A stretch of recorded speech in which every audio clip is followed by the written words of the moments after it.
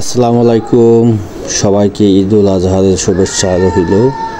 আজকে কুরবানির ঈদুল আজহার উপলক্ষে চলে আসলাম আপনাদের মাঝে। এবং আপনারা যারা আমার এই মামুন ব্লগ চ্যানেল এবং ফেসবুক আইডিটি এখনও ফলো এবং সাবস্ক্রাইব করেন নাই, ফলো এবং সাবস্ক্রাইব করে দিবেন এবং বেল আইকন ক্লিক করে দিবেন এবং লাইক কমেন্ট শেয়ার করে দিবেন। আমার পাশে থাকবেন সব সময়, আমি যেন আপনাদেরকে ভালো ভিডিও দেখাইতে পারি নিত্য নতুন। ওকে ভিউয়ার্স, তাহলে আজকে আমার যে টপিকটা হলো আজকে ঈদুল আজহা কুরবানির ঈদ। আপনারা সবাই জানেন, সেই বিষয় আমার এই ভিডিওটা বানানো। সো দেখতে আছেন এখন যে একটি গরু নিয়ে পারাপারি চলতে আছে। গরুটার অনেক শক্তি। সো গরুটা একটু পরেই জবাই হয়ে যাবে, আল্লাহ নামে কুরবানি দেওয়া হবে। সো এখানে দেখতে আছেন একটি গরু অটোমেটিক জবাই হয়ে গেছে।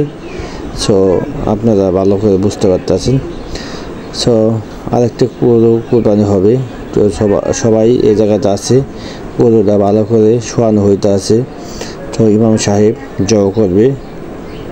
সো আপনারা ভালো করে লক্ষ্য করবেন কিভাবে গরু জবাই করতে হয় এবং কোথায় ধরা লাগে।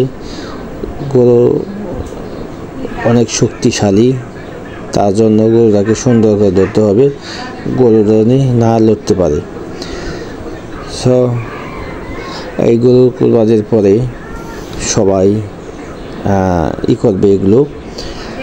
সমাজে একটি নিয়ম আছে, গরু কুরবানি দেওয়ার পরে 3টা ভাগ করতে হয়।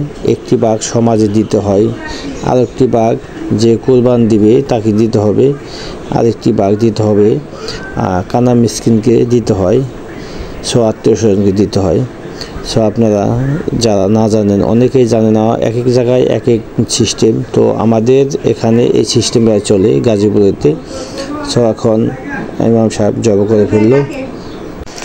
সো সব গরুগুলো বানানো হয়ে গেলে সমাজের মাংসগুলো সব একত্র করা হয়। সো যা যা বাগেরটা দেয়া আসে এবং এই সমাজের মাংসগুলো সব একত্র করে সবাইকে বিতরণ করা হয়।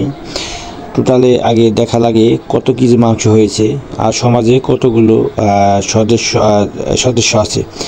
সো সদস্যকে একটি একটি ভাগ দেওয়া হয়। সো ওই পরিমাণ করে মাপ করে ভাগ করা হয়, তারপরে তাদেরকে বুঝিয়ে দেওয়া হয়।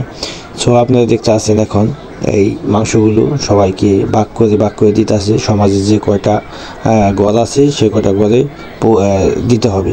সো সমাজ থেকে প্রতিটা বাড়ির থেকে একটা করে লোক এসে এই মাংসগুলো নিয়ে যায়।